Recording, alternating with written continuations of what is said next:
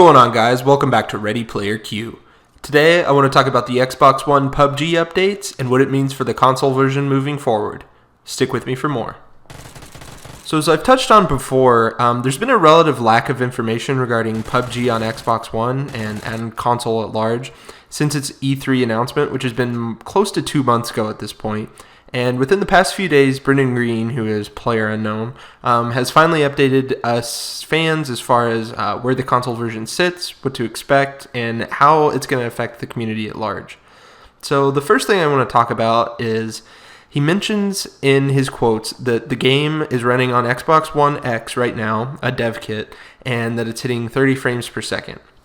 I know in the community there's been a lot of debate over this.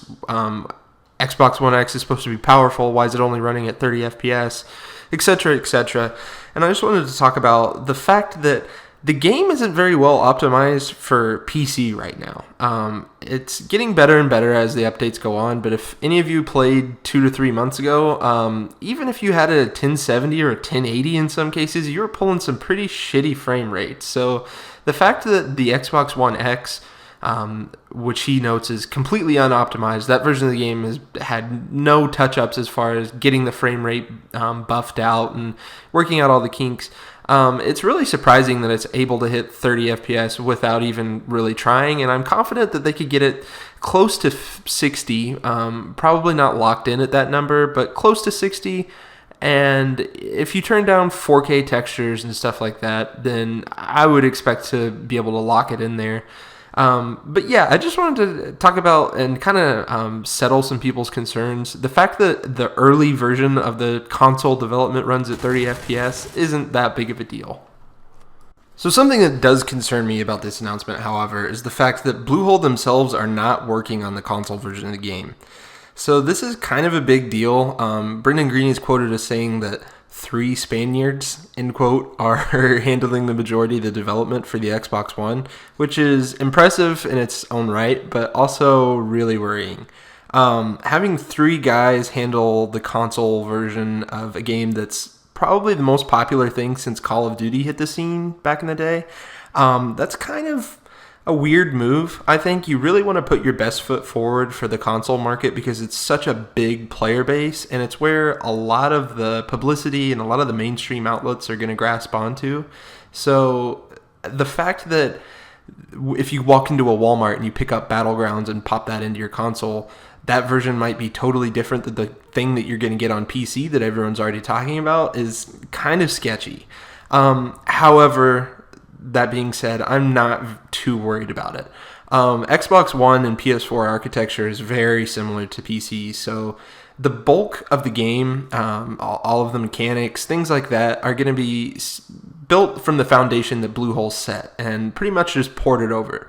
So all Antico is really responsible for is just getting the frame rate buffed out, getting it to run on Xbox One in general, which it sounds like they've already accomplished.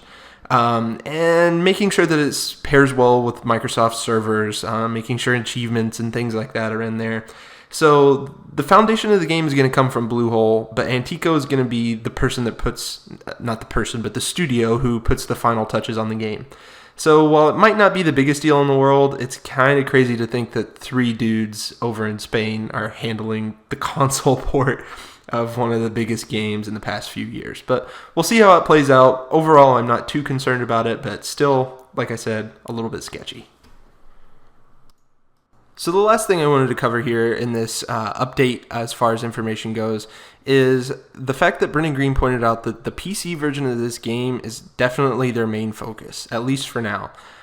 He was really quick to say that all of their attention, all of their development resources are going into the PC version. It's not like they're developing the Xbox One X version in-house and they put 90% of their team on that and said, screw the PC players.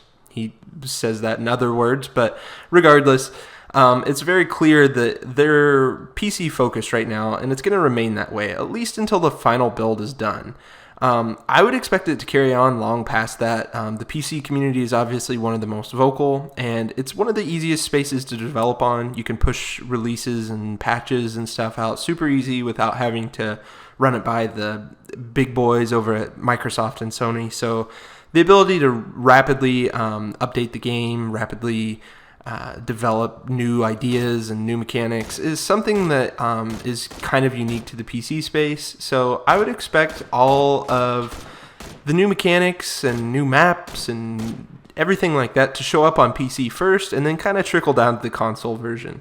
That's going to be interesting to see how the communities kind of interact with each other, which again is something that we're going to have to wait and see until the console version is actually released. But I think it's going to be one kind of cohesive unit. They have a really good example set by Overwatch, how that PC space kind of is the umbrella for all of the competitive stuff. All of the stuff that they talk about is really geared towards PC, but they also have a strong focus on console. So I think if Bluehole is able to pull something like that off and make sure that the console players have a really solid product that's the majority of what players are getting on PC, I think everyone will be happy.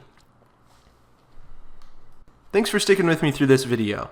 I know I'm a little bit late to the game as far as this news goes, but I wanted to put my thoughts out there and see what the community thinks as a whole. If you enjoyed this video, give it a thumbs up. If you didn't like this video, give it a thumbs down and let me know what I could do better in the next one. If you really liked it, consider subscribing for more content like this in the future. Thanks, and I'll see you in the next video at Ready Player Q.